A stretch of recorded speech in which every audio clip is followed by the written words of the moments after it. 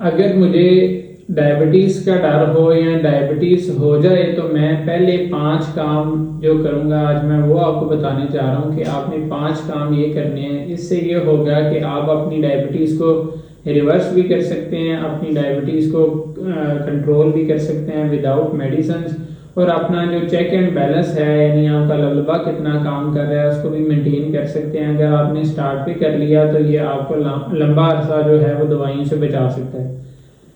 मैं हूं doctor Salan Ahmad, Medico Roots hospital से। आप जानते होंगे कि मैं डायबिटीज़ की जो है वो कंसल्टेशन देता हूं। आज इसी टॉपिक को लेके मैंने आपको चंद ऐसे पॉइंट्स बताने हैं कि अगर आपको जेनेटिक मसाइल हैं या अगर आपके फैमिली में डायबिटीज़ है तो आप ये 5 चीज़ें आज से करना शुरू कर दें, या अगर आपकी फैमिली में नहीं और आपको सिम्टम्स डायबिटीज़ के आ रहे हैं तो ये 5 चीज़ें ज़रूर करें।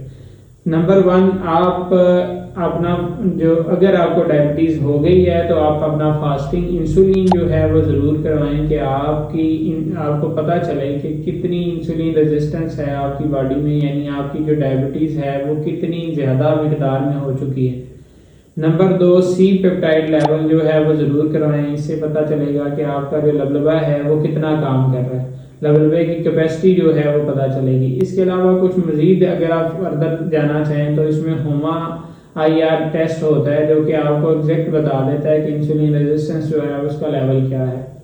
तो पहला टेस्ट ये करवाएं, इससे आपको आपकी सिवियरिटी पता चल जाएगी कि आपकी बीमारी जो है वो कितनी सिवियर है। दूसरे नंबर पे आप अपनी डाइट जो है उसको चेंज करें। डाइट जो है वो चेंज करना सबसे ज़्यादा ज़रूरी है। 5 चीज़ें मैं हमेशा बताता हूँ कि आपने बंद कर देनी है। नंबर 1, अपनी जो रोटी है या जो चावल हैं उनको बंद कर दें। शार्ट टाइम के लिए बेशक बंद करें लेकिन मुकम्मल तौर पे आप बंद कर दें।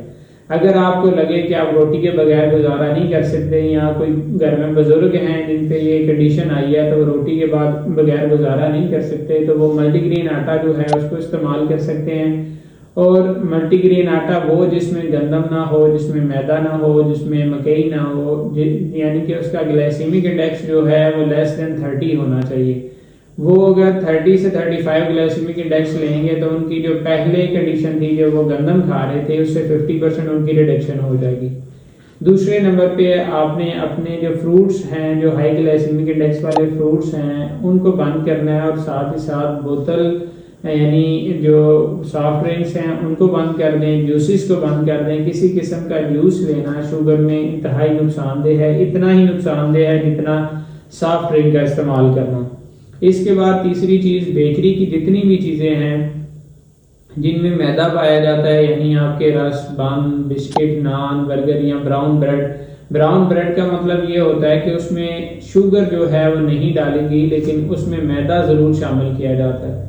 तो वो आम बंदे के लिए कुछ बेहतर हो सकती है, लेकिन जो शुगर का मरीज़ है क्योंकि उसमें मैदा है और मैदे का ग्लाइसेमिक इंडेक्स जो है वो 90 होता है तो शुगर के मरीज़ के लिए बिल्कुल भी सूटेबल नहीं है। आप बिल्कुल बेकरी की जितनी भी चीज़ें हैं उनको बंद कर देंगे। इसके बाद चौथी चीज़ जो है वो आप आलू का इस्तेमाल जो है यानी वो सब्जियों में आप आलू का इस्तेमाल जो है वो कम कर देंगे। पांचवी चीज़, मीठा हर किस्म का यानी चीनी, गुड़, शक्कर, शहद, किसी किस्म का मीठा जो है वो आप नहीं लेंगे। शहद में शिफा ज़रूर है लेकिन वो बीमारी की हालत में नहीं, क्योंकि उसका ग्लाइसेमिक इंडेक्स जो है वो बहुत हाई होता है। आप हर किस्म का मीठा जो है वो बंद कर देंगे। हम तीसरे पॉइंट पे आए तो हमें मसल ट्रेनिंग जो है वो स्टार्ट करनी चाहिए। यानी मैं अगर हूँ तो मैं मसल ट्रेनिंग शुरू कर दूंगा, क्योंकि जितने मसल्स ज़्यादा होंगे उतनी आपकी जो शुगर है उसकी यूटिलाइजेशन बढ़ जाएगी, उतनी आपकी इंसुलिन रेजिस्टेंस जो है वो कम हो जाएगी। क्योंकि जो इंसुलिन है उसका जो एक्शन है वो मसल्स के ऊपर जाके होता है, आपके जो मसल्स हैं उन पे रेजिस्टेंस होती है। अगर आप मसल ट्रेनिंग करते हैं यानी आप वेट लिफ्टिंग करते हैं तो आपके जो नए मसल्स बनते हैं उन पे इंसुलिन रेजिस्टेंस जो है वो बहुत कम होती है, और फिर साथ ही साथ क्योंकि एरिया बढ़ जाता है तो फिर आपकी जो इंसुलिन है उसका इफेक्ट आपकी बॉडी पे बढ़ जाएगा। अगर आप स्टार्ट पे शुगर के हैं तो आपकी अमूमन इंसुलिन लेवल जो हैं वो नॉर्मल आएंगे, आपकी इंसुलिन जो है वो अच्छी मिकदार में बॉडी में मौजूद है लेकिन वो असर नहीं कर पा रही। तो जब आपका मसल जो है वो बढ़ जाएगा तो उसका असर बढ़ जाएगा, साथ ही साथ जो उसकी रेजिस्टेंस जो है एक्सरसाइज की वजह से कम होगी तो आपको मेडिसिन की तरफ जाना नहीं पड़ेगा, आपकी शुगर जो है वो खुद ब खुद कंट्रोल होना शुरू हो जाएगी। इसके बाद चौथा पॉइंट कि प्रोटीन्स जो है उनका इंटेक थोड़ा सा बढ़ा दें, ताकि आप मसल ट्रेनिंग कर रहे हैं तो प्रोटीन्स लेंगे, सिंपल कार्ब्स जो हैं उनका इस्तेमाल कम कर देंगे। इससे ये होगा कि जो प्रोटीन्स आप ले रहे हैं वो मसल बिल्डिंग करेंगे, साथ ही साथ प्रोटीन्स क्योंकि स्लो डाइजेस्टिंग होती हैं और इनका ग्लाइसेमिक इंडेक्स भी कम होता है तो आपकी शुगर के लिए इंतहाई मुफीद हैं। शुगर जो है वो आपकी कंट्रोल हो जाएगी, शुगर जो है वो आपकी दवाइयों की तरफ नहीं जाएगी, आपकी शुगर जो है वो बेहतर हो जाएगी। लेकिन अगर ये सब कुछ करने के बावजूद जो है वो आपको फ़ायदा नहीं हो रहा या आप अपनी शुगर को कंट्रोल नहीं कर पा रहे तो आप फौरी तौर पे 5वें पॉइंट पे आएँ कि अपने नज़दीक जो भी आपके न्यूट्रिशनिस्ट हैं उनसे कंसल्ट करें या फिर आपके जो डायबिटोलॉजिस्ट हैं उनसे कंसल्ट करें कि कैसे हम इस शुगर को इस स्टेज पे कंट्रोल कर सकते हैं। अगर आप इसी स्टेज पे कंट्रोल कर लेंगे शुगर को तो ये आपके लिए बेस्ट है, आप सालों तक मेडिसिन से बच सकते हैं, सालों तक जो है वो दवाइयों से बच सकते हैं, इवन आप अपनी शुगर को जो है इस स्टेज पे रिवर्स भी कर सकते हैं। तो ये है शुगर का वो नुस्खा जो अमूमन जो डॉक्टर्स हैं या जो फेमस लोग हैं जिनको आगाही है शुगर की वो इस्तेमाल करते हैं कि जैसे ही शुगर का पता चले या शुगर की तरफ आपकी बॉडी जा रही है, आपकी इंसुलिन रेजिस्टेंस बढ़ रही है तो वो इन चीज़ों को अडॉप्ट कर लेते हैं, जिसकी वजह से आपकी जो बीमारी है वो इस स्टेज पे नहीं जाती कि आपको दवाइयाँ खानी पड़ें या आप जो है शुगर के वो वाले साइड इफ़ेक्ट उठाएं जिसकी वजह से आंखें डैमेज हो जाती हैं, जिसकी वजह से पाँव काटने पड़ जाते हैं, जिसकी वजह से गुर्दे जो है वो ख़राब हो जाते हैं। तो इन सारे इफ़ेक्ट से बचने के लिए ये बेस्ट फार्मूला है कि आपको जैसे ही पता चले आप अपने आप को कंट्रोल करें। अगर इन केस आपको लेट पता चला है या आप किसी ऐसी कंडीशन में हैं, क्योंकि हमारे पास पेशेंट जो गांव के रहने वाले हैं वो आते हैं कि हमें पहले नहीं पता था, अब डायरेक्ट जब पता चला है तो शुगर हमारी जो है वो 600 से ज़्यादा आ रही है।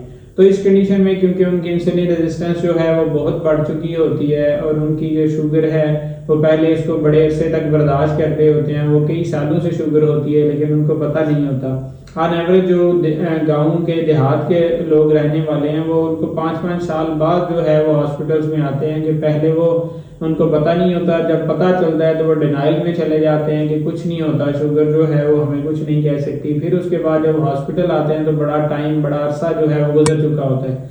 जब आप अगर इस कंडीशन में हैं तो आप इन पॉइंट्स को ज़रूर फॉलो करें। उसके बाद भी अगर आपकी शुगर कंट्रोल नहीं तो जब आप फिजिशियन के पास जाएंगे, डायबिटोलॉजिस्ट के पास जाएंगे तो आपको मेडिसिन लगाएंगे, लेकिन वो मेडिसिन जो है फर्स्ट टाइम जो आपको लगेंगी वो टेम्परेरी मेडिसिन होंगी, आप अपनी शुगर को फिर भी रिवर्स कर सकते हैं। आप जब फर्स्ट टाइम मेडिसिन लेने गए हैं तो तब आपके पास मौका होगा कि आप अपने आप को ठीक करें, अपनी जो रूटीन है उसको ऐसा सेट करें कि आपकी शुगर जो है वो रिवर्स होना शुरू हो जाए। इंटरमिटेंट फास्टिंग के बारे में सोचें, आप रोज़ा रखने के बारे में सोचें, जो सुन्नत है उसको पूरा करें कि जो गंदम की रोटी है उसको छोड़ें, सुन्नत है जौ का रोटी खाना तो आप जौ की रोटी जो है उसका इस्तेमाल कर सकते हैं। इन चीज़ों से आपकी जो शुगर है वो कंट्रोल तो 100% हो सकती है, लेकिन बड़ी हद तक रिवर्स के भी चांसेस होते हैं, लेकिन ये पहले चंद साल में पॉसिबल होता है। उसके बाद जो है आप अमूमन जो है वो बॉर्डर लाइन क्रॉस कर चुके होते हैं जब जिसमें रिवर्स हो सकती है आपकी सेहत को डैमेज किए बगैर।